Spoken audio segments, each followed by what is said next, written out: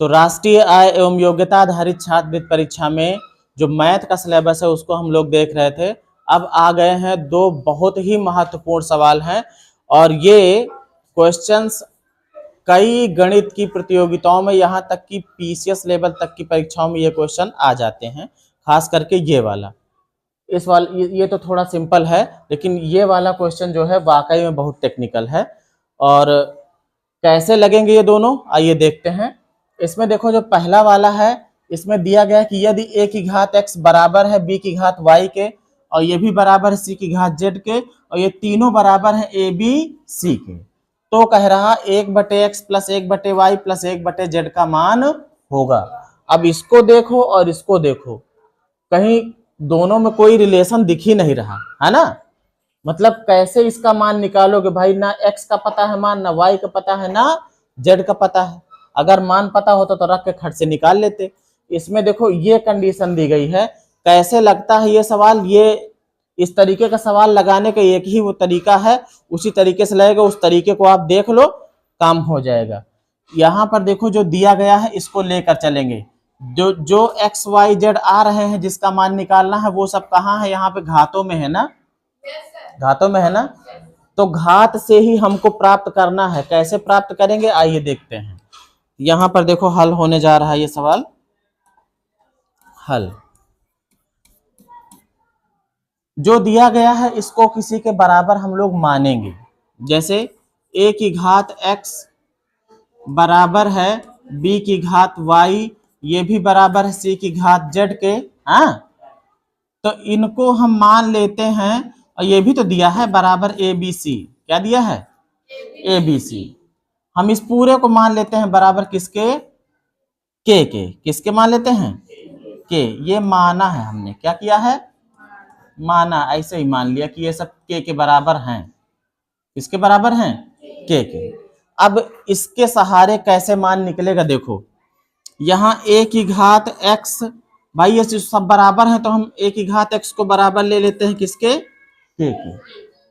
ठीक है। अब यहां से हम निकालेंगे a का मान। किसका मान निकालेंगे, a का। जो इधर घात है उधर जाएगी तो 1 के बटे में हो जाएगी। किसमें हो जाएगी, 1 के बटे में। अगर a की घात x बराबर k है तो a बराबर हो जाएगा, यहाँ पे इंप्लाइज लगा रहा हूं, ठीक है। मतलब अगर a की घात x बराबर k है तो a बराबर हो जाएगा k की घात 1/x। ठीक है, घात a की उधर भेज दी गई तो 1 के बटे में आ गई। अब इसी तरीके से b की घात y बराबर भी किसके, ये वाला भी बराबर किसके, k के। तो अब क्या हो जाएगा, b बराबर हमको मिल जाएगा k की घात 1/y। 1/y। ये बात समझ में आई है। थोड़ा सा और बड़ा लिखते हैं, k की घात 1/y। ठीक है। अब इसके बाद इसी तरीके c की घात z को भी ले लेंगे। ये भी तो k के बराबर है, बराबर k के है, तो ये बराबर हो जाएगा c बराबर किसके हो जाएगा, जो इधर की घात उस तरफ जाएगी तो k की घात 1/z। अब देखो बेटा जो घातें हैं वो हमारी मिल चुकी हैं। इनमें क्या है कि सबके घात में 1/x, एक में 1/y, एक में 1/z है, z है। अब देखो गुणा में ही घातें जुड़ती हैं, ये भी पता है आपको। गुणा में घातें जुड़ती हैं, और जुड़ने वाली चीज ही हमको निकालनी थी। यहाँ पे जो निकालना था वो कौन सा निकालना था, कि घातें जुड़ी हो। तो अब क्या करेंगे, अब निकालेंगे मान कि a b c ये जो आए हैं इनका तीनों को गुणा कर लेते हैं। तो a b c तीनों गुणा करेंगे तो a बराबर किसके था, k की घात 1/x के। उसका भी गुणा हो जाएगा किसके साथ भाई, a b c तीनों गुणा हो रहा है तो तीनों गुणा हो जाएगा k की घात 1/y के, और k की घात 1/z के। इतनी बात समझ गए। अब गुणा हो रहा तो आधार समान है तो घातें जुड़ जाएंगी, घातें जुड़ जाएंगी। और इधर जो a b c है, ये a b c भी किसके बराबर है, k के बराबर है। तो इसकी जगह पे अगर हम लिख देते हैं k, क्या लिख देते हैं, और इधर क्या लिख देंगे, k की घात में सारी चीजें जुड़ जाएंगी। गुणा में घातें जुड़ती हैं, तो तो 1/x 1/x plus 1/y plus 1/z, है ना। अब देखो इधर के की घात क्या है, कुछ दिख रही है?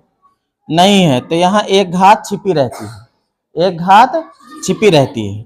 और यहाँ के की घात क्या है, इतना चीज है, 1/, ये घात में है सारा, ठीक है, के की घात में है। अब मैंने अभी कल भी बताया था कि अगर आधार समान हो, बीच में बराबर लगा हो, तो दोनों तरफ की घातें भी बराबर हो जाती हैं। इसका मतलब कि एक जो है वो बराबर हो जाए किसके, इसके पूरे के। मतलब क्या हो गया, घातों की तुलना करा लेते हैं, घातों की क्या करा लें, तुलना। जब घातों की तुलना कराएंगे तो ये मिल रहा है कि एक जो है वो बराबर हो रहा है किसके, इस पूरे के। मतलब 1/x plus 1/y plus 1/z बराबर हो रहा है किसके, एक के। और इसी का तो मान हमको निकालना था, मान किसका निकालना था, 1/x plus 1/y plus 1/z का। और मान कितना आ गया, 1 आ गया। उत्तर हमारा सही कौन सा हो जाएगा, तीसरा। अब इस वाले को देख लो, बहुत सिंपल है। अगर देखो कि हाँ आपको लग रहा है कि स्क्वायर रूट निकल सकता है ना, तो फिर स्क्वायर रूट निकालते हुए चलेंगे। जैसे अभी यहाँ 225 है ना, सबसे छोटे वाले में, तो हमको पता है कि 15 का स्क्वायर होता है 225, इसका स्क्वायर रूट लेंगे तो 15 आ जाएगा। तो स्क्वायर रूट निकालते चलते हैं। लेकिन अगर ऐसा हो जाए, सवाल इस तरीके का दिया हो, और अगर मान लो उसमें जो दिया है उसका स्क्वायर ना निकलने वाला हो, स्क्वायर रूट ना निकलने वाला हो, तो उसको दूसरे विधि से किया जाता है, ठीक है। तो यहाँ तो हम देख रहे हैं कि 225 का वर्गमूल निकल आएगा, तो हम अरे वो निकलेगा, परेशान ना हो, अभी कैसे होगा देखो, यहाँ पर हल करते हैं, परेशान बिल्कुल भी ना हो, बहुत आसानी से हो जाएगा ये सवाल, बस देखते रहो।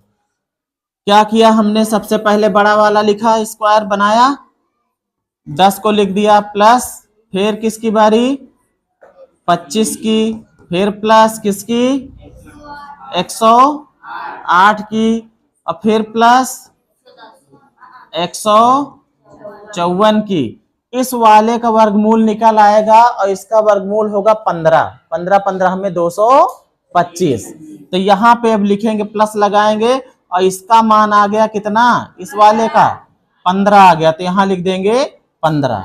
अब देखो कहानी क्या हुई है, 15 जब जोड़ोगे इसमें तो ये 169 बन जाएगा, और 169 होता है किसका, 13 का, 13 13 में 169। अब इसके आगे जब अगले स्टेप में जाओगे तो बनेगा क्या, ये देखो 10 प्लस फिर 25 फिर प्लस 108 और प्लस ये कितना हो जाएगा, हाँ 169 बनेगा ना ये, तो इसका 13 लिख दे फिर डायरेक्ट, चलो ठीक है, ये 13 हो गया, क्योंकि ये दोनों जुड़ करके क्या देता, अभी ये देता 169 देता है ना, और 169 का वर्गमूल कितना हो जाता है, 13। अब ये दोनों फिर जुड़ेंगे तो हो जाएगा 121, 121 किसका होता है, 11 का होता है।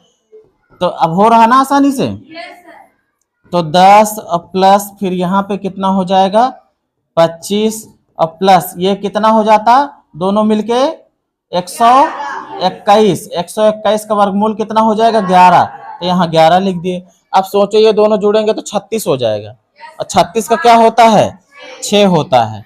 तो वर्गमूल का निशान बनाया, यहाँ लिखा 10 और प्लस ये बन जाएगा कितना बेटा, 36 बन जाएगा, और 36 का क्या होता है, 6, और ये दोनों बन के क्या बन जाएंगे, ये हाँ बन जाएंगे 16। तो 16 का कितना होता है, 4 होता है, 4 चौक 16, कहाँ से 8 बोल दिए, 16 का वर्गमूल निकालो कितना आएगा, 4। तो इस तरीके से हो जाते हैं ये सवाल, और बहुत इंपॉर्टेंट है, इनको अपनी कॉपी में लिख लेना, परीक्षा से पहले ऐसे सवाल एक बार देख जरूर लेना, ठीक।